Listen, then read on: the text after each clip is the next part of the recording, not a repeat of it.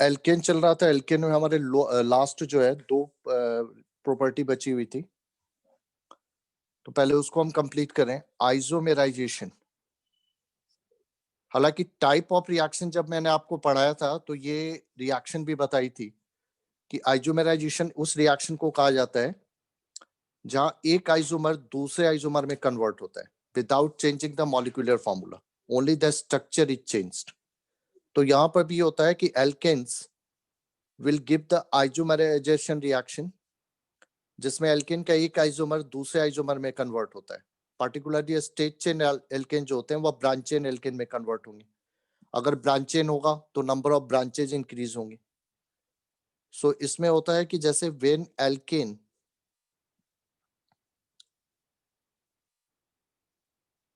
are heated, when alkanes are heated in presence of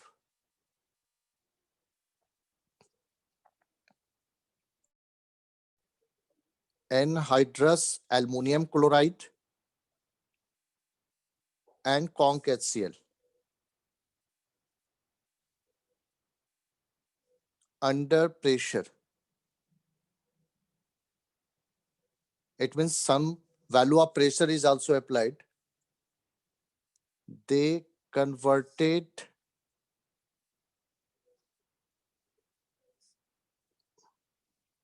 into their isomers. Isomers भी आप लिख सकते हो, चेन आइसोमर्स में कन्वर्ट होते हैं, क्योंकि यहाँ पर एल्केन में एक ही टाइप का आइसोमेरिज्म पॉसिबल है, चेन आइसोमेरिज्म, जहां पर 2 or more alkane have same molecular formula but different carbon chain. So basically alkane को जब आप हीट करोगे एनहाइड्रस एल्युमिनियम क्लोराइड और कॉन्क HCl के प्रेजेंस में, तो they will converted into their chain isomers. For example जैसे अगर हम लेते हैं ब्यूटेन, अब ये देखो ब्यूटेन आपका हो गया CH3 CH2 CH2 CH2, this is an butane. अब अगर आपने एन ब्यूटेन को हिट किया AlCl3 anhydrous aluminium chloride and conc HCl के प्रेजेंस में, अराउंड ये 520 केल्विन टेम्परेचर होता है, 35 atm प्रेशर होता है। अगर प्रेशर वैल्यू याद नहीं है तो सिंपल आप P लिख दो। तो ये देखो कन्वर्ट होता है अपने ब्रांचेन आइसोमर में 2 methyl propane, that is isopentane CH3 CH3, तो ये आपका देखो आइसोब्यूटेन में कन्वर्ट हो गया। तो this is your isomerisation process. और दूसरा एक एग्जांपल लें, जैसे ये देखो आपका 2 methyl pentane, 2 methyl pentane,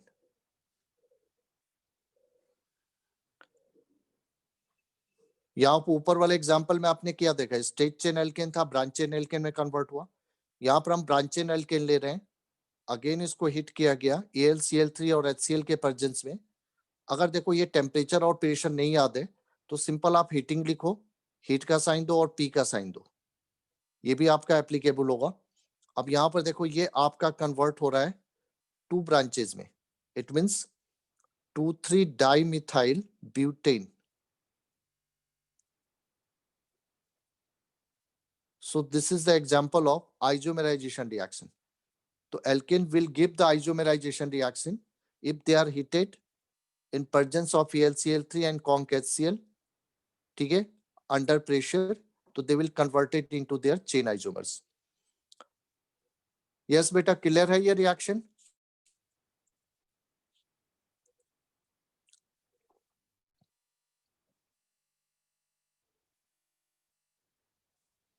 yes sir.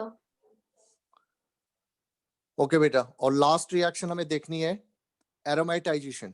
ये बहुत ही इंपॉर्टेंट रिएक्शन है और जनरली ये आपको शॉर्ट नोट लिखने के क्वेश्चन के फॉर्म में आती है। सो एरोमेटाइजेशन, एरोमेटाइजेशन को हम डिफाइन करते हैं कि जिसमें एल्केन कन्वर्ट होते हैं एरोमेटिक कंपाउंड्स में। इट मींस कि conversion of alkane into aromatic compounds, aromatic compound का मीनिंग हुआ जिसमें बेंजीन रिंग होती है। Aromatic compounds is called aromatisation.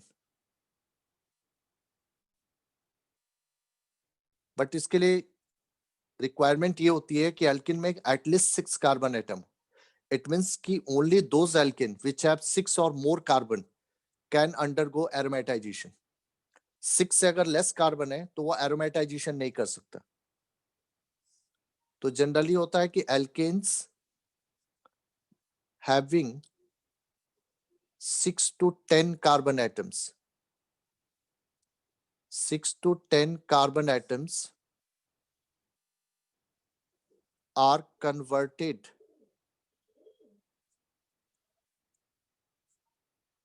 into benzene or its compounds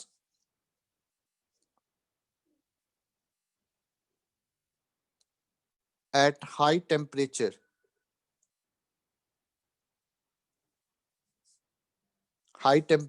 in presence of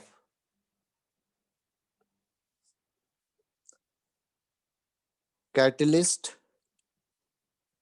अब कैटलिस्ट यहाँ बहुत सारे मिक्स होते हैं। एल्यूमिनियम ऑक्साइड होता है Al2O3, क्रोमियम ऑक्साइड होता है Cr2O3 के प्रेजेंस में होता है ये अंडर प्रेशर, क्योंकि यहाँ पर भी थोड़ा सा प्रेशर अप्लाई होता है।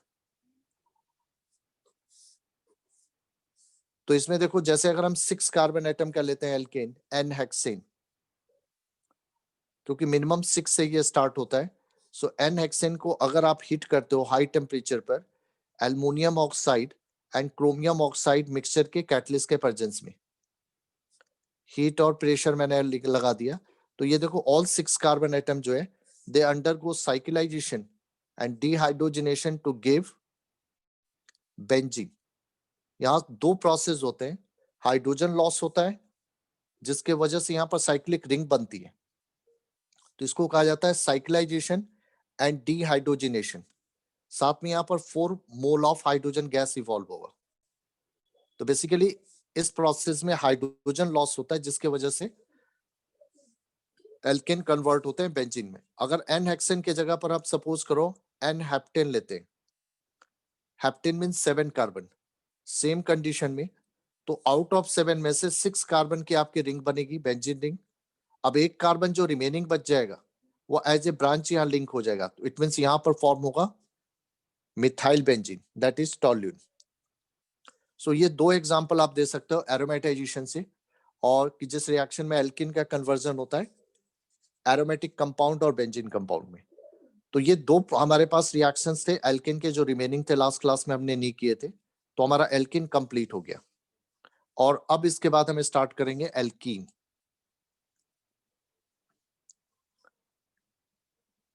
एल्कीन अनसैचुरेटेड हाइड्रोकार्बन है क्योंकि इसमें पाई बॉन्ड होता है। इसको ओलेफाइन भी कहा जाता है, और इसके लिए मॉलिक्यूलर फॉर्मूला यूज होता है CnH2n। एल्केन के लिए होता है CnH2n+2। इसका मतलब एल्कीन जो होते हैं एल्केन से 2 हाइड्रोजन लेस होते हैं, राइट। नॉमेनक्लेचर आप कर चुके हो, लेकिन फिर भी कुछ कॉमन नेमिंग आपको यहाँ पर ध्यान देना है, क्योंकि आपने जो भी नेमिंग किया हुआ है वो आयोपिक नेम है। यहाँ पर मैं थोड़ा सा कॉमन नेम आपको डिस्कस कर देता हूँ। एल्कीन में जो कॉमन नेम स्टार्ट होता है वो आइलिन के फॉर्म में होता है। जैसे आप इथीन लिखते हो CH2 डबल बॉन्ड CH2, क्योंकि मिनिमम 2 कार्बन से स्टार्ट होगा, तो इथीन इसका आयोपिक नेम है। कॉमन नेम इसका बनता है इथाइलिन। इन के जगह पर यहाँ पर वाई लिन आता है, इथाइलिन। इसी तरह से अगर प्रोपीन, प्रोपीन को यहां कहा जाता है प्रोपाइलिन। इसी तरह 4 कार्बन होगा तो ब्यूटाइलिन। बट जैसे ब्यूटीन में 2 ब्यूटीन पॉसिबल है, 1 ब्यूटीन 2 ब्यूटीन, क्योंकि मोर देन 3 होने पर आपके डबल बॉन्ड की पोजीशन चेंज हो सकती है। जैसे मान लो एक इस तरह से हुआ तो इसको आप 1 ब्यूटीन कहोगे, और अगर ये इस तरह से हुआ तो ये 2 ब्यूटीन है। तो ब्यूट 1 इन और ब्यूट 2 इन ये तो आपके आयुपेक नेम हुआ। कॉमन नेम में कैसे किया जाता है? कॉमन नेम में इसको हम अल्फा बीटा से लेते हैं, यानी जो टर्मिनल कार्बन है उसको अल्फा माना जाता है। ठीक है, तो यहाँ पर ये अल्फा होगा, जिधर से डबल बॉन्ड है उधर से ये बीटा हुआ। यहाँ पर ये अल्फा ये बीटा, यहाँ पर डबल बॉन्ड अल्फा पर है, सो इसको लिखा जाएगा अल्फा ब्यूटाइलिन। अल्फा ब्यूटाइलिन, और इसको लिखा जाएगा बीटा ब्यूटाइलिन। तो कुछ इस तरह से कॉमन नेमिंग होती है, तो जस्ट एक आइडिया होना चाहिए। ये अल्फा और बीटा वाला एक बार दोबारा समझा दो। देखो बेटा, जैसे आयुपेक में नंबरिंग आप करते हो 1 2 से, तो कॉमन नेम में ये नंबरिंग जो होती है अल्फा बीटा के टर्म में होती है। ठीक है, जो 1 2 आप लिखते हो ना उसको यहाँ अल्फा बीटा किया गया, अल्फा बीटा गामा। तो इसमें होता है कि जिस साइड से डबल बॉन्ड आपका नियरर है, ठीक है, उस साइड से नंबरिंग होगी, पर ये नंबरिंग नंबर से नहीं अल्फा बीटा के टर्म में दी जाएगी। तो फर्स्ट कार्बन जैसे इधर से हम करेंगे नंबरिंग लेफ्ट से, ठीक है, तो ये अल्फा फिर बीटा फिर गामा। ठीक है, यहाँ पर ये दोनों साइड से सेम डिस्टेंस पर है, तो किसी भी साइड से करो, ये अल्फा ये बीटा, या इधर से भी अल्फा या बीटा। तो मेन इसमें ये दो नाम ध्यान रखने, कि ये जो आप इथीन लिखते हो, इथीन आयुपेक नेम है, कॉमन नेम इसका इथाइलिन होता है, और उसी तरह से प्रोपीन को प्रोपाइलिन ब्यूटाइलिन ऐसे चलता है। ये जो हम प्रोपीन लिख रहे हैं यही कहलाता है प्रोपाइलिन। और ये जो ब्यूट 1 इन है इसका कॉमन नेम बनता है अल्फा ब्यूटाइलिन, और जो ब्यूट 2 इन है इसको कहा जाता है बीटा ब्यूटाइलिन। मतलब इन के जगह पर यहाँ पर YLEN नहीं आता है, बस ये ध्यान रखना है। ऐसे इसकी ज्यादा जरूरत नहीं पड़ेगी आपको, आयुपेक ही आपको करना है। बस ये कि कहीं अगर ये दोनों नेम एटलीस्ट पता होना चाहिए। इथाइलिन कई बार आ जाता है क्वेश्चन वगैरह में, इथिलीन इथाइलिन, तो एटलीस्ट पता होना चाहिए कि इथिलीन या इथाइलिन वही है जो इथीन है। अदरवाइज आपको आयुपेक ही फॉलो करना है नेमिंग में।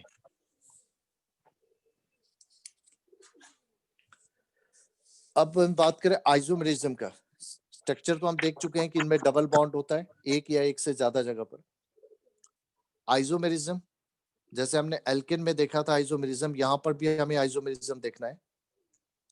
आइसोमेरिज्म एल्केन में जो है ओनली चेन आइसोमेरिज्म पॉसिबल था, स्ट्रक्चरल आइसोमेरिज्म में। यहाँ पर आइसोमेरिज्म जो स्ट्रक्चरल आइसोमेरिज्म जो एल्कीन में पॉसिबल है वह यहाँ दो हो जाएंगे, chain and position, chain and position isomerism.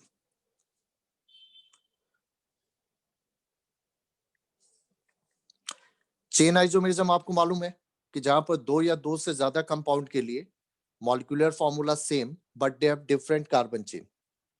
और पोजीशन का मतलब होता है कि जिसमें same molecular formula same carbon chain but position of double bond should be different. जैसे अगर आप ले रहे हो यही पर ब्यूट 1 इन एंड ब्यूट 2 इन, ये जैसे ब्यूट 1 इन हो गया, ये आपका but 2 ene, so they are example of position isomer.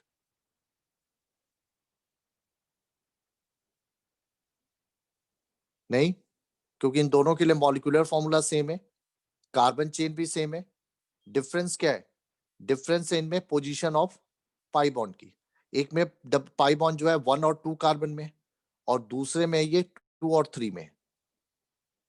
So position change हुआ है, एक में 1 पर है दूसरे पर 2 पर है, तो they are called position isomer. तो एल्कीन में पोजीशन आइसोमेरिज्म पॉसिबल है। चेन आइसोमेरिज्म का मतलब कि जहां पर डिफरेंट कार्बन चेन होंगी। ठीक है, जैसे अगर आप इसी में देखो, ये जैसे ब्यूट 1 इन है, इसमें 4 कार्बन है, अगर मैं इसको 3 कार्बन में कन्वर्ट कर दूं, यानी प्रोपीन में, और एक कार्बन को ब्रांच लगा दूं, तो अब इन दोनों का रिलेशन क्या होगा? इन दोनों के लिए मॉलिक्यूलर फॉर्मूला सेम होंगे but carbon chain is different, एक में स्ट्रेच चेन है एक में ब्रांच चेन हो गया, तो ये आपका चेन आइसोमर बना, यानी but 1 ene and 2 methyl propene, इसको हम 2 मिथाइल प्रोपीन कहेंगे, तो they are the chain isomer. और but 1 ene and but 2 ene they are example of position isomer. Yes बेटा, क्लियर है?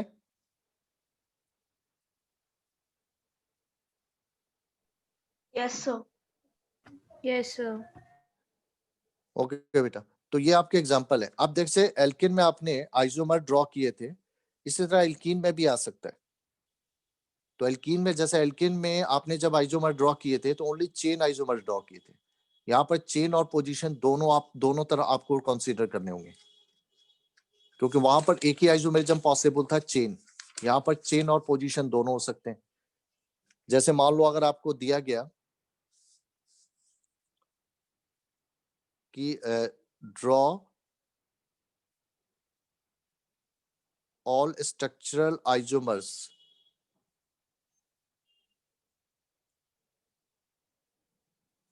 of C5H10 CnH2n का फॉर्म है, इसका मतलब ये एल्कीन है और उसके सारे स्ट्रक्चरल आइसोमर आपको ड्रॉ करने। तो यहां पर आप कैसे ड्रॉ करोगे, क्योंकि एल्कीन में दोनों तरह के आइसोमेरिज्म पॉसिबल है, चेन एंड पोजीशन। तो सबसे पहले आप चेन के लिए ट्राई करोगे। जैसे C5 है तो पहले हम डिफरेंट कार्बन चेन बनाएंगे। तो देखो जैसे यहाँ 5 कार्बन है तो इसमें डिफरेंट कार्बन चेन कैसे पॉसिबल है, क्योंकि पहले आप चेन आइसोमर ड्रॉ करो। 1 2 3 4 5, एक चेन ये हो सकती है, दूसरी हो सकती है ये 1 2 3 4, यानी एक कार्बन लेस किया पैरेंट चेन में और उसको ब्रांच के फॉर्म में लिया। क्योंकि यहाँ पर सेकंड और थर्ड दोनों कार्बन सेम पोजीशन देंगे, तो इसलिए यहाँ पे एक ही ब्रांच पॉसिबल होगी। इधर से सेकंड पे लगाओ या राइट से सेकंड पे। ठीक है, ये दो तरह के चेन आइसोमर बन सकते हैं। तीसरा हम ले सकते हैं जिसमें 3 कार्बन इस तरह से, और ये जो हमने पहले भी आपने ड्रॉ किया हुआ है। अब जरा देखो, अब आपको ये चेन पहले आपने बना ली है, अब इसमें पाई बॉन्ड की पोजीशन सेट करो। अब ये 5 कार्बन में पाई बॉन्ड की पोजीशन कहाँ कहाँ हो सकती है, फर्स्ट सेकंड पर या सेकंड थर्ड पर। थर्ड फोर्थ पे करोगे तो इधर से काउंटिंग सेम हो जाएगी, क्योंकि यहाँ पर होगा तो ये काउंटिंग इधर से चलेगी। तो मतलब या तो यहाँ लगाओ या यहाँ लगाओ, तो इसका मतलब एक बनेगा यहाँ ब्यूट 1 इन, सॉरी पेंट 1 इन, और दूसरा बन सकता है पेंट 2 इन।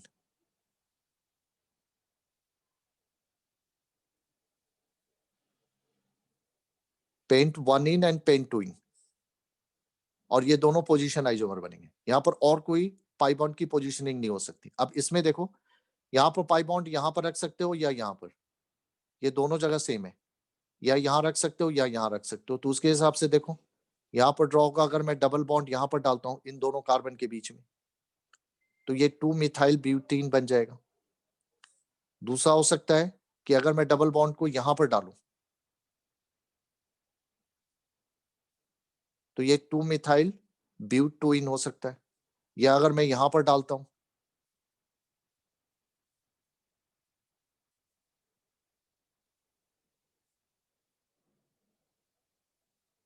तो ये भी एक पॉसिबिलिटी हो सकती है। This will called 3 methyl but 1 ene. तो ये यहां पर इस तरह से यहाँ 3 बन सकते हैं पोजीशन आइसोमर, 2 यहाँ पर, तो 2 3 5 हो गए। अब इसमें देखो, इसमें आप एक ही पॉसिबिलिटी ले सकते हो कहीं पर भी।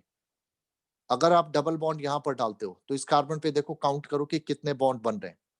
1 2 3 4 5 बॉन्ड किसी भी कार्बन पे पॉसिबल नहीं है। इसका मतलब ये पार्टिकुलर स्ट्रक्चर आइसोमर पेंटीन के केस में पॉसिबल नहीं है। इसमें सिर्फ 2 ही चेन को लेकर बनाया जा सकता है। तो टोटल यहाँ पर 5 बनेंगे। यस बेटा, क्लियर है? ये आपका पॉसिबल नहीं होगा, क्योंकि यहाँ पर पाई बॉन्ड किसी भी कार्बन पे आप नहीं लगा सकते। अगर आप यहाँ पर लगाते हो तो इस कार्बन पे 5 बॉन्ड हो जाएंगे, जो कि पॉसिबल नहीं है। तो ये पॉसिबल आइसोमर हो गए आपके पेंटीन के। यस बेटा, क्लियर है?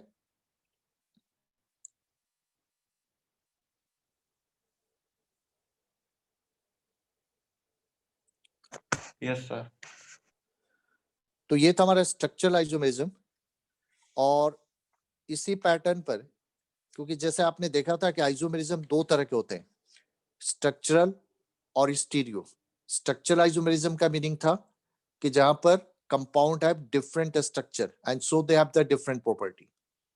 स्टीरियो आइसोमेरिज्म जो है, ये सेकंड टाइप ऑफ आइसोमेरिज्म होता है, जिनमें compound have same molecular formula and even with same structure but they are showing different property, तो दे आर कॉल्ड स्टीरियोआइसोमरिज्म। तो स्टीरियोआइसोमर में कैरेक्टरिस्टिक क्या होती है कि same molecular formula, same structure but different property. तो फिर ये डिफरेंट प्रॉपर्टी किस वजह से आती है? This is due to different arrangement of atom और ग्रुप इन स्पेस। सो यहां से हम ले रहे हैं, चूंकि एल्केन में स्टीरियोआइसोमर नहीं किया था, हमने एल्कीन में करना है स्टीरियो आइसोमर्स। ये आपने लास्ट टाइम फर्स्ट चैप्टर में नहीं किया था, चूंकि हाइड्रोकार्बन में इंट्रोड्यूस होना था। तो stereo isomers are the compounds having same molecular formula,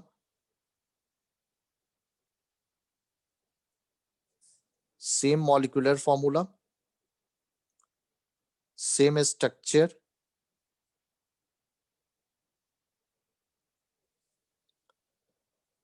but different spatial arrangement.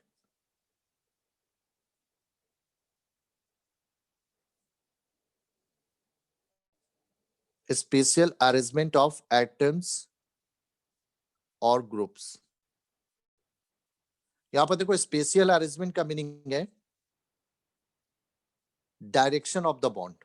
जैसे मान लो आप यहां पर एक कार्बन पे सपोज करो 4 बॉन्ड फॉर्म कर रहे हो, ठीक है? तो अगर ये 4 बॉन्ड हम इस तरह से ले रहे हैं, पर चूंकि ये स्ट्रक्चर फॉर्म में हम लिख रहे हैं तो इसको हम दिखा नहीं सकते डायरेक्शन, तो यहां पर मैं इसको एक 3 डायमेंशन फॉर्म में दिखा रहा हूं कि ये जैसे बॉन्ड का डायरेक्शन है। अब यहाँ पर देखो ये क्लियर है, ये टेट्राहेड्रल मैंने ज्योमेट्री बनाई है कि यहाँ पर ये 2 बॉन्ड प्लेन के अंदर है, ये ऊपर और नीचे, तो they will showing the direction. तो यहाँ पर जो हम स्पेशियल अरेंजमेंट की हम बात कर रहे हैं वो basically direction of the bond है, ठीक है? तो अगर मैं ये डायरेक्शन चेंज कर दूं, अब जैसे मान लो कि ये मैंने जस्ट इसको हाइपोथेटिकली लो कि यहाँ मैंने इस तरह से लिया, यानी अब मैंने 3 बॉन्ड सेम प्लेन में लिए और एक बॉन्ड जो है नीचे कर दिया।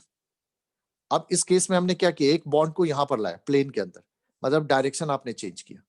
तो यहां पर क्या है कि इन दोनों स्ट्रक्चर को कंटेन करने वाले जो कंपाउंड होंगे they will show the different property due to this different arrangement of the atom और group in space. Space means direction of bond change करने से, जबकि इन दोनों के लिए मॉलिक्यूलर फॉर्मूला भी सेम है, स्ट्रक्चर फॉर्मूला भी सेम है। तो यहाँ पर कुछ ऐसा ही होता है, ये जो डिफरेंट अब स्पेशियल अरेंजमेंट की हम बात कर रहे हैं, it means you are changing the direction of bond in space. और ये जो डिफरेंट स्पेशियल अरेंजमेंट होते हैं इसी को कॉन्फ़िगरेशन ऑफ मॉलिक्यूल भी कहा जाता है। तो यहां पर स्टीरियोआइसोमर्स 3 टाइप के बनते हैं। एक होता है आपका ये कॉन्फ़िगरेशनल, या इसी को रोटेशनल आइसोमेरिज्म भी कहा जाता है। ये एल्केन में होता है, जो कि हम बाद में करेंगे।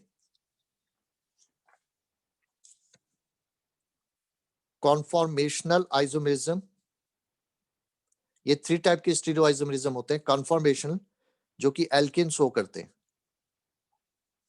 दूसरा होता है ये आपका जेमेट्रिकल आइसोमेरिज्म जो कि एल्कीन शो करते हैं, और तीसरा होता है ऑप्टिकल जनरल है, मतलब कोई भी कंपाउंड शो कर सकता है, पर ये आइसोमेरिज्म आपको नेक्स्ट ईयर मिलेगा पढ़ने को, यानी क्लास 12 में।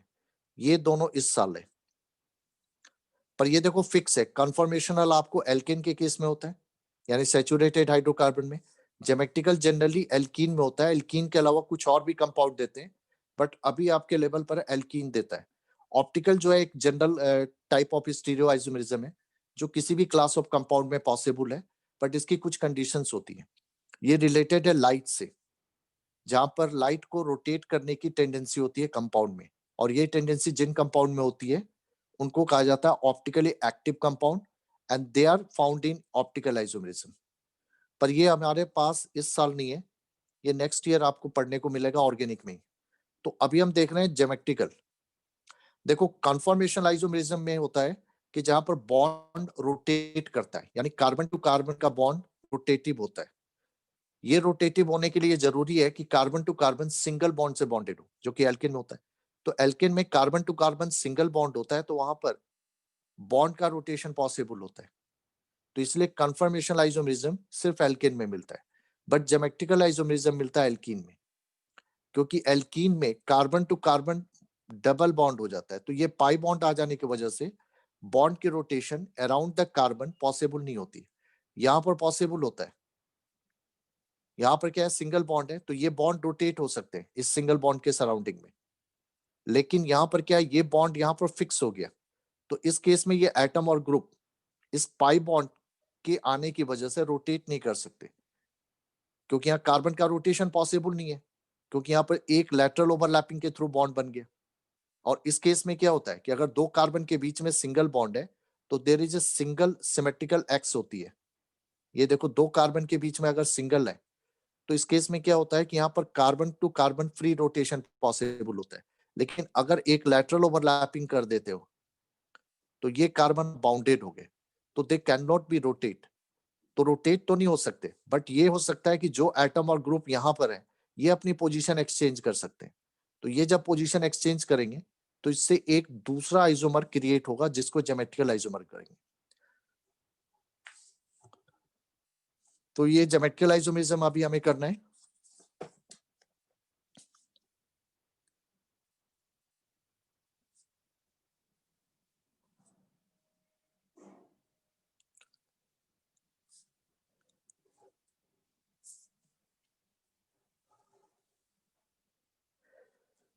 सो यहां से हम ज्योमेट्रिकल आइसोमेरिज्म एल्कीन के लिए ले रहे हैं।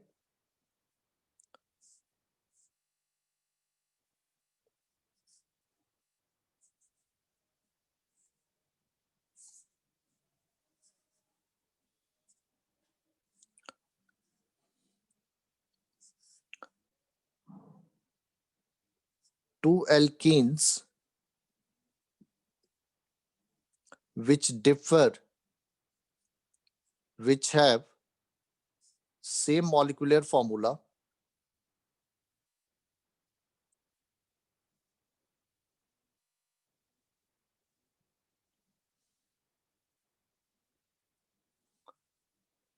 same structure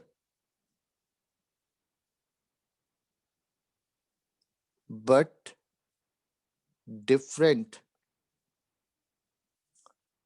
arrangement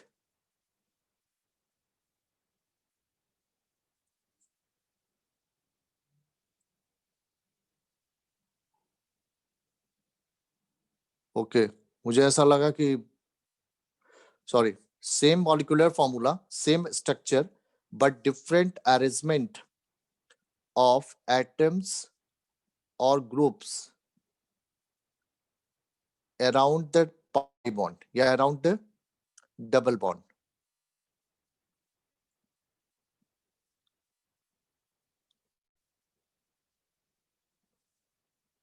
are called geometrical isomer। ये यहाँ पर इसकी डेफिनेशन है कि अगर दो एल्कीन जिनका मॉलिक्यूलर फॉर्मूला सेम है, स्ट्रक्चर भी सेम है, but the arrangement of atom और group around the double bond is different, is called geometrical isomer. और इसमें दो फॉर्म बनते हैं। जैसे पहले फॉर्म में कि अगर आपके डबल बॉन्डेड कार्बन पर सेम ग्रुप या एटम सब्स्टिट्यूटेड है, जैसे सर ए बी है, इधर भी आपका ए बी है, और एक होता है कि जिसमें डिफरेंट सब्स्टिट्यूटेंट अटैच्ड है।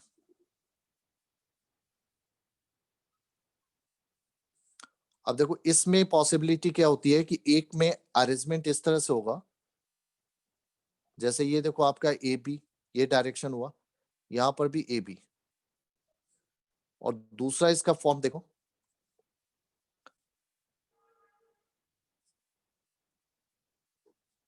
यहां पर तो ए बी रहा, यहां पर हो गया बी ए। अब देखो अरेंजमेंट चेंज होगी इस साइड में। यहां पर आप क्या देख रहे हो कि same group are lying on the same side of double bond. A same side में है, बी बी सेम साइड में। यहां पर आपके same group are lying on the opposite side. तो ये दो तरह के पॉसिबल अरेंजमेंट हो सकते हैं। तो अगर इसको कहा जाता है सिस, जिसमें same group are lying on same site, same group और atoms are lying on same site. Same site किसकी बात की जा रही है? डबल बॉन्ड के, यानी सी डबल बॉन्ड सी के। तो this is called cis isomer. और इसमें देखो इसको कहा जाता है जहां पर सेम ग्रुप अपोजिट साइड में होते हैं, तो that is called trans isomer. So trans means होता है कि वेयर सेम एटम और group are lying on opposite side of double bond. आपको यही फॉर्मेट करना है, ये फॉर्मेट एक्चुअली नहीं करना है। इसमें नॉमेनक्लेचर होता है इजेड। डिफरेंस यहां पर क्या होता है कि यहां पर जो सेम एटम और ग्रुप नहीं होते हैं, दोनों डबल बॉन्डेड कार्बन पे सब्स्टिट्यूटेंट डिफरेंट होते हैं। जैसे यहां पर सेम सब्स्टिट्यूटेंट है, ए बी, यहां पर भी ए बी, यहां पर भी, यहां पर थोड़ा डिफर हो गया। लेकिन यहां पर ये जरूरी है कि आपके डबल बॉन्डेड कार्बन पे सब्स्टिट्यूटेंट डिफरेंट हो, क्योंकि ज्योमेट्रिकल आइसोमरिज्म दो तरह के बनेंगे, सिस और ट्रांस। ये कंडीशन भी मैं आपको लिख देता हूं कि condition for geometrical isomerism, condition number 1 कि शुड कंटेन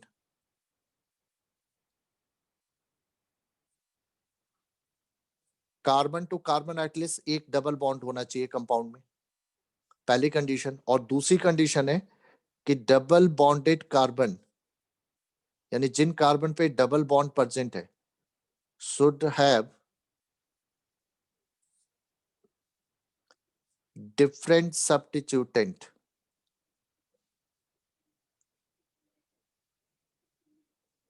इसका मतलब कि जो आपका डबल बॉन्डेड कार्बन है, उस पे रिमेनिंग जो दो बॉन्ड बनेंगे वो डिफरेंट एटम या ग्रुप से होने चाहिए। अगर एक ए है तो दूसरा बी है। ऐसा ना हो कि ये सिमिलर एटम हो। जैसे अगर मान लो, अगर हम एग्जांपल लेते हैं कि यहाँ पर दोनों बॉन्ड एच एच के साथ है, तो this will be not consider as a case of geometrical isomerism. तो ज्योमेट्रिकल आइसोमरिज्म के लिए दो रिक्वायर्ड कंडीशन है, दो नेसेसरी कंडीशन है। फर्स्ट कंडीशन की there should be a double bond between the carbon atom, यानी कार्बन टू कार्बन एटलीस्ट एक डबल बॉन्ड होना चाहिए। और दूसरा कि double bonded carbon should have different substituent. ये हो सकता है कि जो एक पे सब्स्टिट्यूटेंट है वही दूसरे पर भी हो। जैसे इसी बेस पर यहां पर दो बना कि same substituent on both double bonded carbon, और सेकंड केस हुआ कि जहां पर they have the different substituent, यानी दोनों double bonded carbon should have the different substituent. But ये दो कंडीशन होगी एल्कीन्स में ज्योमेट्रिकल आइसोमरिज्म शो करने के लिए। ऐसा नहीं है कि सभी एल्कीन शो करेंगे। तो ये कंडीशन है आपके कि डबल बॉन्ड होना चाहिए और डबल बॉन्ड कार्बन पे सब्स्टिट्यूटेंट डिफरेंट होने चाहिए। अब इसी बेस पे देखो आप, इथीन, इथीन आपका ज्योमेट्रिकल आइसोमरिज्म शो नहीं करता है। क्यों? क्योंकि यहाँ पर each double bonded carbon have same substituent, तो ये शो नहीं करेगा, ये नेगेटिव रिजल्ट देगा, क्योंकि इसमें ज्योमेट्रिकल आइसोमरिज्म पॉसिबल नहीं है। अब जैसे अगर हम प्रोपीन देखें, propene CH3 CH double bond CH2, यहाँ पर डबल बॉन्ड इन दोनों कार्बन पर है। अब ध्यान से देखो, इस कार्बन पे दो आपके सब्स्टिट्यूटेंट है, H और CH3 विच आर डिफरेंट, लेकिन दूसरी तरफ जो है सेम सब्स्टिट्यूटेंट आ गए। इस वजह से ये भी आपका शो नहीं करेगा। तो ये जरूरी है कि दोनों डबल बॉन्डेड कार्बन पे डिफरेंट सब्स्टिट्यूटेंट होना चाहिए। अगर एक साइड भी सेम आ गए तो दे विल नॉट शो। अब जैसे इस पर एक क्वेश्चन इस तरह से भी आएगा, सी इस कंडीशन के बेसिस पर कि which of the following alkene will show geometrical isomerism. जैसे आपको ये क्वेश्चन दे दिया गया कि इनमें से कौन सा एल्कीन आपको ज्योमेट्रिकल आइसोमरिज्म शो करेगा, विच विल शो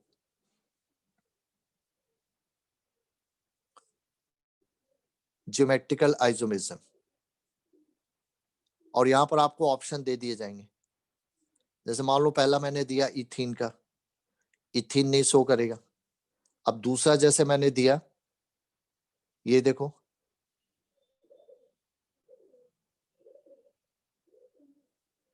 प्रोपीन, ये भी नहीं शो करेगा। आपको कंडीशन दिखाया मैंने क्यों नहीं शो करेगा। तीसरा मैंने दिया जैसे ये देखो आपका CH3 CH CH double bond CH2 but 1 ene. इसमें भी देखो एक साइड में कार्बन के सेम सब्स्टिट्यूटेंट हो गए, ये भी नहीं शो करेगा। फोर्थ मैंने दिया CH3 CH double bond CH CH3 but 2 ene, ये शो करेगा क्योंकि देखो इच डबली बॉन्डेड कार्बन पे डिफरेंट सब्स्टिट्यूटेंट है। इस कार्बन पे एक सब्स्टिट्यूटेंट हाइड्रोजन है, दूसरा CH3 है, मिथाइल डिफरेंट हो गया। इस पर भी आपका एक H है, एक CH3 है, ये भी डिफरेंट हो गया। तो ये शो करेगा, बाकी तीन शो नहीं करेंगे। तो एक क्वेश्चन कंडीशन के बेस पर भी आ सकता है कि कौन सा एल्कीन ज्योमेट्रिकल आइसोमेरिज्म शो करेगा, कौन नहीं करेगा। यस बेटा, क्लियर है?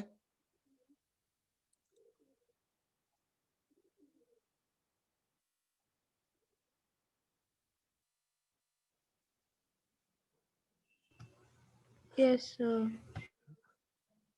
बेटा कोई डाउट है तो पूछ सकते हो, अगर नहीं समझ में आया तो। ये हम कंडीशन की बात कर रहे थे कि कौन से एल्कीन आपके ज्योमेट्रिकल आइसोमेरिज्म शो करेंगे।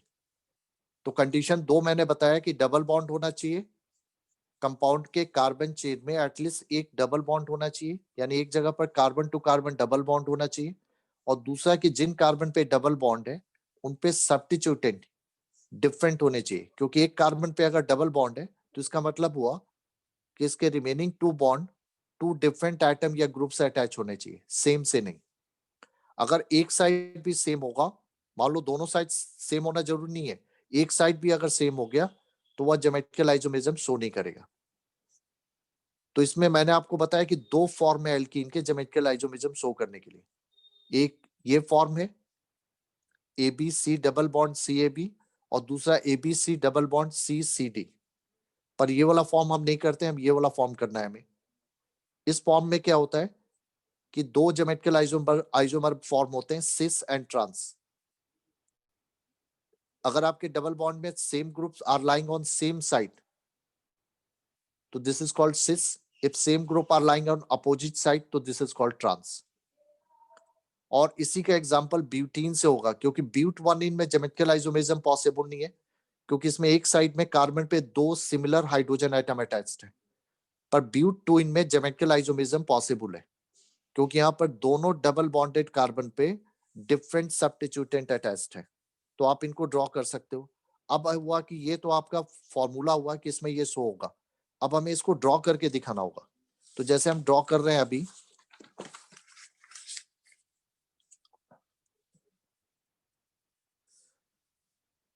ये हम ले रहे हैं ब्यूट 2 इन। यहां पर देखो आपका बेस क्या है, carbon to carbon double bond. यहां पर देखो रिमेनिंग 2 बॉन्ड ऐसे शो करो, ठीक है। इस पर एक H है और दूसरा CH3 है, तो यहाँ पर H लिया, दूसरा पर CH3 लिया। इसमें भी सेम सब्स्टिट्यूटेंट है, तो H को सेम साइड में लाओ, यानी इसके H के पैरेलल में इसका H लो और ये CH3 लो। यहाँ पर क्या देख रहे हो, सेम एटम और group are lying same side, so this will called cis but 2 ene. ये सिस फॉर्म कहलाएगा। और इसी में क्या करो, दूसरे में आप सेम ग्रुप अपोजिट साइड कर दो, यानी इस कार्बन पे H और CH3 की डायरेक्शन सेम रखो, इसमें रोटेट कर दो, चेंज कर दो। H की जगह पर CH3, यहां पर H, तो दिस विल कॉल्ड ट्रांस। अगर सेम ग्रुप अपोजिट साइड में है तो that is called trans isomer, तो ये कहलाएगा आपका ट्रांस ब्यूट 2 इन। तो ये देखो हमने ड्रॉ किया। इसी तरह से कोई भी एल्कीन आपको दिया जा सकता है। जैसे एक और एग्जांपल हम ले रहे हैं, C6H5 CH double bond CH CH3। इसका नेमिंग क्या होगा, देखो ये बेंजीन रिंग है, दिस इज कॉल्ड 1 2 3 1 फेनाइल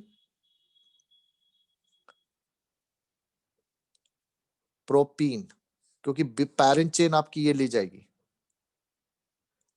अब ये देखो ज्योमेट्रिकल आइसोमर शो कर सकता है, क्योंकि यहां पर, हालांकि यहाँ पर जो सब्स्टिट्यूटेंट है यहाँ पर है, वहां यहाँ पर नहीं है, बट यहाँ पर दोनों में एक कॉमन है H, तो उसके बेसिस पर सिस और ट्रांस आप ड्रॉ कर सकते हो। यहाँ पर EZ की जरूरत नहीं पड़ेगी, क्योंकि एक एटम आपका कॉमन है दोनों पे। तो अगर देखो H और ये हमने रखा C6H5, यहाँ पर हमने लिया H को, दोनों H को सेम साइड में लिया, तो this will called cis form, और इसमें H को केवल टर्न कर दो, C6H5 डबल बॉन्ड C, यहाँ पर देखो CS3 कर दिया, इस वाले को टर्न करो।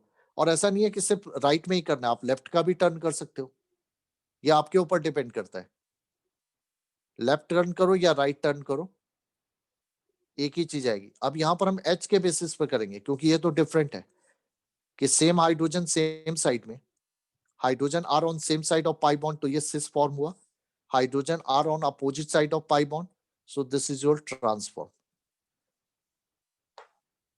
तो ये होता है बेटा ज्योमेट्रिकल आइसोमेरिज्म। पर ये ध्यान रखना कि geometrical isomerism is not possible in those alkenes which have similar atom या identical atom or group on one or both side of the double bonded carbon atom.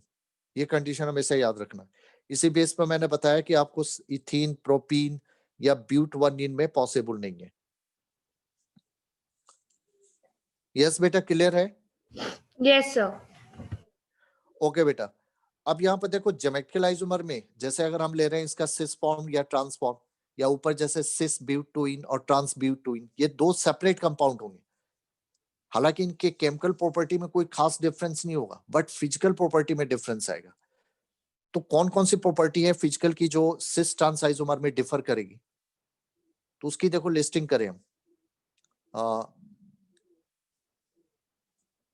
सबसे पहला आता है जैसे physical properties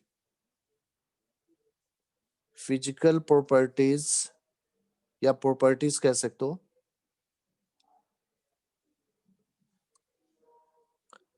of cis and trans isomer.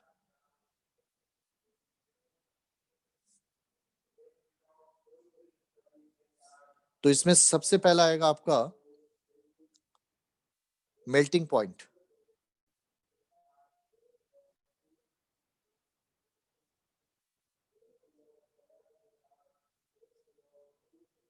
अगर आपका alkene solid form में, तो हर सॉलिड पॉइंट के लिए एक मेल्टिंग पॉइंट होता है, जिस टेम्परेचर पर आपका सॉलिड मेल्ट होता है, लिक्विड फॉर्म में आता है। तो देखो melting point of trans isomer,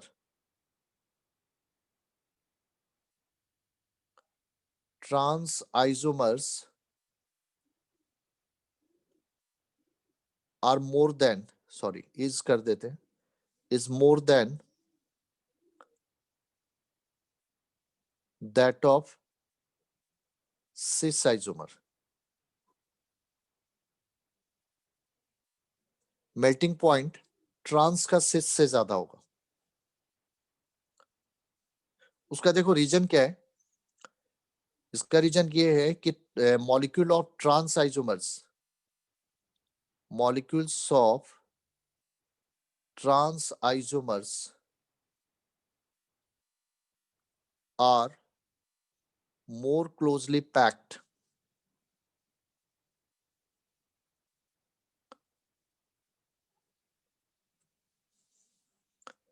in solid due to its symmetry. इसका देखो रीजन मैं आपको बता रहा हूं, ये रीजन हुआ कि ट्रांस आइसोमर के मॉलिक्यूल सॉलिड में ज्यादा क्लोजली पैक्ड होते हैं। देखो सॉलिड का कोई भी जब आप शेप लेते हो, तो ऐसा नहीं कि उसमें कोई सिंगल एटम या सिंगल मॉलिक्यूल है, उसमें बहुत सारे एटम एक दूसरे से क्या है, क्लोजली एसोसिएटेड है। अब यहाँ पर देखो क्या होता है कि हर सॉलिड का एक शेप होता है, जैसे मान लो कि ये शेप ले रहे हैं। अब इस शेप के अंदर जो आपके मॉलिक्यूल होंगे वह इस तरह से क्लोजली पैक्ड होंगे।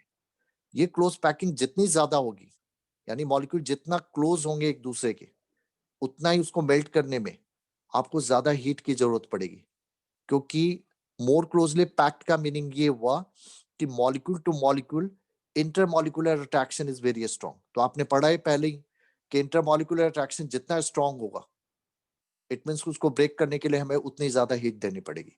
तो ट्रांस के मॉलिक्यूल जो है वो सिस से ज्यादा क्यों क्लोजली पैक्ड होते हैं, क्योंकि ट्रांस आइसोमर ज्यादा सिमेट्रिकल है। देखो इसको अगर हम प्रेजेंट करते हैं डायग्राम फॉर्म में, तो ट्रांस देखो रिप्रेजेंट होता है इस तरह से और सिस रिप्रेजेंट होता है इस तरह से। जो आप सेम एटम और ग्रुप की बात हम कर रहे थे, तो उसको हम बेस लेकर एक देखो ये स्ट्रक्चर लाइन ड्रॉ होती है। अब खुद आप जरा सोचो कि इसके मॉलिक्यूल इस तरह से होंगे और इसके मॉलिक्यूल आपके इस तरह से होंगे। तो जब आप मॉलिक्यूल को मॉलिक्यूल पर प्लेस करने जाओगे, तो यहां पर क्या होगा कि आसानी से एक के ऊपर दूसरा मॉलिक्यूल इस तरह से पैक होते जाएगा। लेकिन यहाँ पर क्या होता है कि ये आपका इस शेप होने की वजह से इसमें मॉलिक्यूल जो है ज्यादा क्लोजली पैक नहीं होते। यहाँ पर बीच में क्या होता है, गैप आ जाते हैं।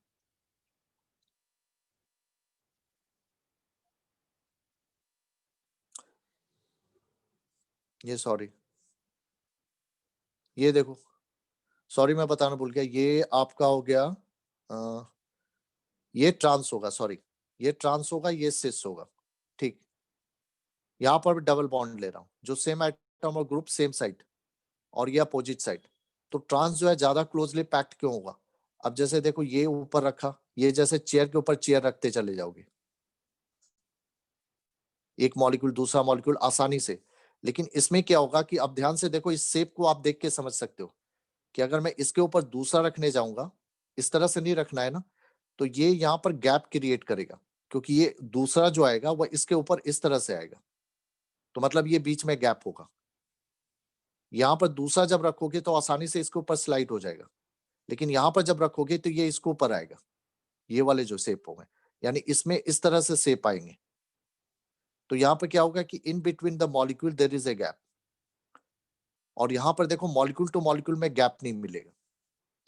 तो ट्रांस जो होते हैं they are more symmetrical than cis, so they will more closely packed in the given shape as compare to cis. So this is why trans का मेल्टिंग पॉइंट सिस से हायर होगा। Yes बेटा, clear है?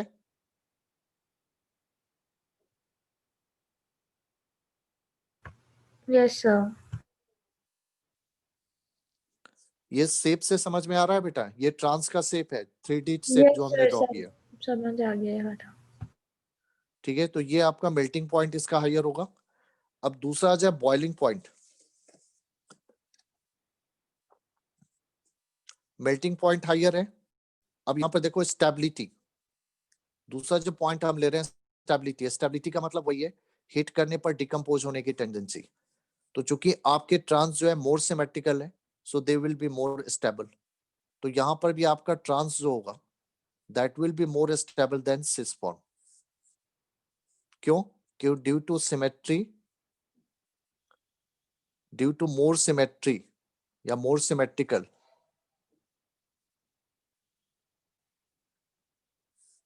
Trans isomers are more stable, ये ज्यादा stable होंगे। तो trans की स्टेबिलिटी सिस से ज्यादा होगी, मेल्टिंग पॉइंट हायर होगा। पर तीसरा जो पॉइंट आएगा, अब वहां पर सिस आगे आएगा, सॉल्युबिलिटी। सॉल्युबिलिटी में अपोजिट हो जाएगा। सॉल्युबिलिटी में आपका सिस जो आइसोमर होगा that is more soluble than trans. उसका रीजन क्या है? क्योंकि सिस आपका लेस सिमेट्रिकल है, सो लेस स्टेबल है। सो लेस स्टेबल है तो इसके मॉलिक्यूल इजिली एक दूसरे से ब्रेक हो जाएंगे, सेपरेट हो जाएंगे, तो ये आसानी से डिसॉल्व हो जाएगा। क्योंकि एक सॉलिड या कोई भी कंपाउंड जब किसी सॉल्वेंट में डिसॉल्व होता है, तो इसके लिए उसको उसके मॉलिक्यूल क्या होते हैं, एक दूसरे से सेपरेट होते हैं। तो ये सेपरेशन वहां पर आसान होगा जहां पर मॉलिक्यूल की स्टेबिलिटी लेस है, इंटरमॉलिक्यूलर अट्रैक्शन लेस है।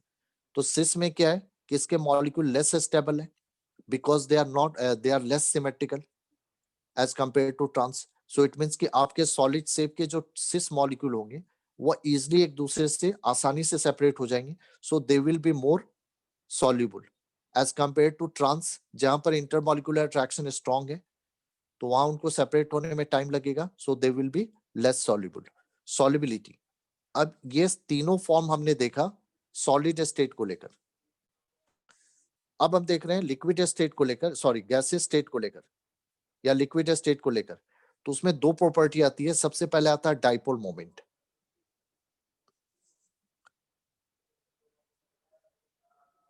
oh sorry,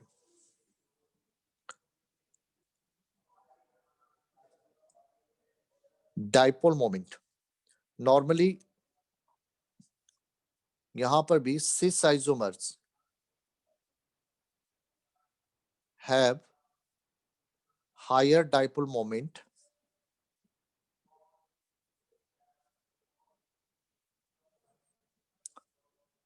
than trans. cis isomer का dipole moment trans isomer से हायर होता है. इट मीन जनरली कुछ के केस में, जैसे अभी जो हम लेंगे ट्रांसफॉर्म, उसमें डाइपोल मोमेंट 0 आएगा. जैसे मैंने ये भी लिया था H H CS3 CS3, ये हमने सिस फॉर्म लिया था. यहां पर देखो ट्रांसफॉर्म इसका हमने लिया CS3 CS3 H H.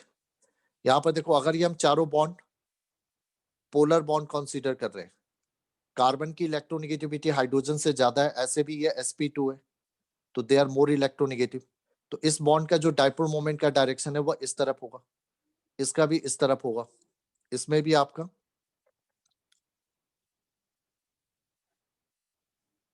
CS3 ये sp3 है, यहां पर भी इस तरफ से जाएगा, इस तरफ से जाएगा. यहां पर क्या है कि इन दोनों का एक रिजल्टेंट इधर आएगा और इन दोनों से रिजल्टेंट इधर जाएगा. हालांकि ये इक्वल नहीं है तो कैंसिल नहीं होंगे, क्योंकि अपोजिट जरूर दिख रहे हैं बट ये कैंसिल नहीं होते. तो दे हैव द, यहां पर डाइपोल मोमेंट आपका 0 नहीं है. बट इस केस में क्या होगा कि यहाँ पर जो रिजल्टेंट डाइपोल मोमेंट है ये आपके कैंसिल आउट हो जाते हैं, क्योंकि यहाँ पर सेम जो है बॉन्ड इस CH का और इस CH का ये इक्वल और अपोजिट हो जाते हैं. तो इस केस में क्या होता है कि ये इसको कैंसिल कर देता है, ये इसको. इस केस में नेट डाइपोल मोमेंट 0 आ जाता है. अगर ये सेम सब्स्टिट्यूटेंट है डबल बॉन्डेड पर, तो ट्रांस का 0 डाइपोल मोमेंट होता है बट सिस का 0 नहीं होता है. इट मींस कि cis compounds are slightly polar compound. तो अगर ये पोलर कंपाउंड है तो इनमें डाइपोल अट्रैक्शन होगा इनके मॉलिक्यूल में, यानी इस केस में डाइपोल अट्रैक्शन काम करेगा. तो इसीलिए सिस का डाइपोल मोमेंट चूंकि ट्रांस से हायर है, तो अब इसका इफेक्ट आएगा आपके बॉइलिंग पॉइंट पर. बॉइलिंग पॉइंट में सिस आइसोमर का बॉइलिंग पॉइंट जो होता है वह ट्रांस से हायर होता है. और इसका रीजन यही होता है because cis are slightly polar compound, because due to symmetry their dipoles are not cancel out, but in case of trans they are either partially or completely cancel out, so they have the less dipole moment. तो जिसका dipole moment ज्यादा उसका boiling point higher, तो सिस का boiling point trans से higher होगा, melting इसका higher था. तो दो प्रॉपर्टी, डाइपोल मोमेंट और बॉइलिंग पॉइंट, ये सिस के लिए हायर होगा और ट्रांस के लिए लोअर. सॉल्युबिलिटी भी सिस की ज्यादा हो जाएगी, ट्रांस की लोअर हो जाएगी, बट मेल्टिंग पॉइंट और स्टेबिलिटी में आपका ट्रांस आइसोमर सिस से हायर होगा. तो ये आपका प्रॉपर्टी डिफरेंस आता है सिस और ट्रांस आइसोमर में. हालांकि केमिकल प्रॉपर्टी इनकी सिमिलर होती है, फिजिकल प्रॉपर्टी में डिफरेंस जरूर आएगा बट केमिकल प्रॉपर्टी इनकी डिफरेंट होगी. Sorry, chemical property they have the same, सिर्फ फिजिकल प्रॉपर्टी में डिफरेंस आता है. अब ब्यूट वन इनके सिस फॉर्म या ट्रांसफॉर्म, इन दोनों की केमिकल प्रॉपर्टी में कोई प्रॉब्लम नहीं होगी.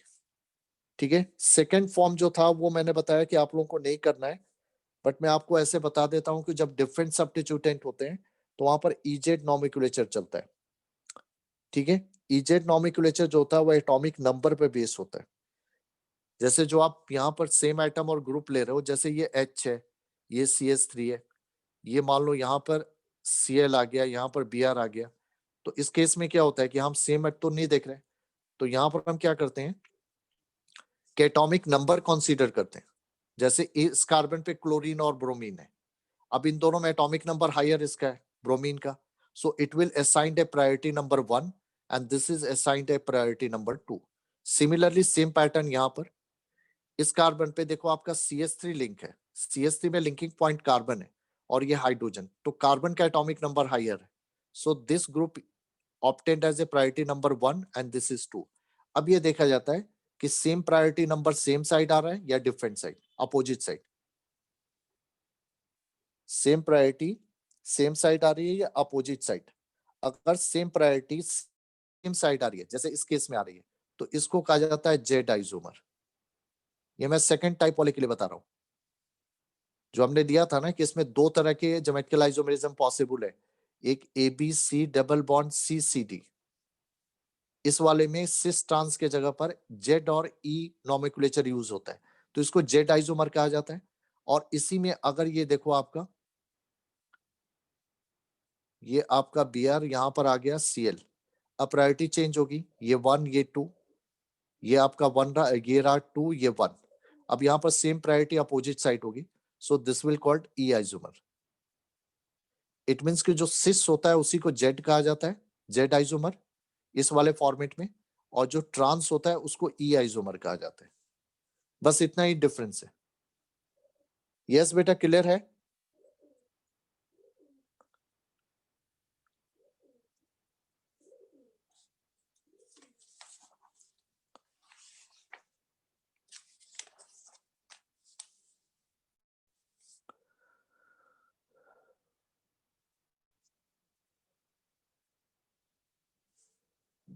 यस प्रज्ञा, अच्छा यस प्रज्ञा, अर्पिता, हरलीन, क्लियर है बेटा? Yes, sir. Yes, sir. क्या हुआ, रिस्पॉन्ड आप लोग का बड़ा लेट आ रहा है, आवाज या विजुअल क्लियर वो नहीं आ रहा है सर- क्या? सर नेट चला गया था सर बीच में, इसलिए हुआ था, इसलिए सॉरी सर। सर मेरे को तो लाइक बीच बीच में आपकी वॉइस जो वो फास्ट फॉरवर्ड हो रही है, कभी स्लो हो रही है, तो पता नहीं। अच्छा ऐसा हो रहा है क्या? चलो बेटा आज तो फिर रहने दो, क्योंकि आज और लोग भी, कार्तिक वगैरह भी एब्सेंट है, तो आगे मैं भी ज्यादा नहीं करा रहा हूँ। नेक्स्ट क्लास में हमारा एल्कीन का प्रिपरेशन हो जाएगा, प्रिपरेशन से प्रॉपर्टी तक में आ जाएंगे, तो नेक्स्ट वीक में कंप्लीट हो जाएगा आपका ये।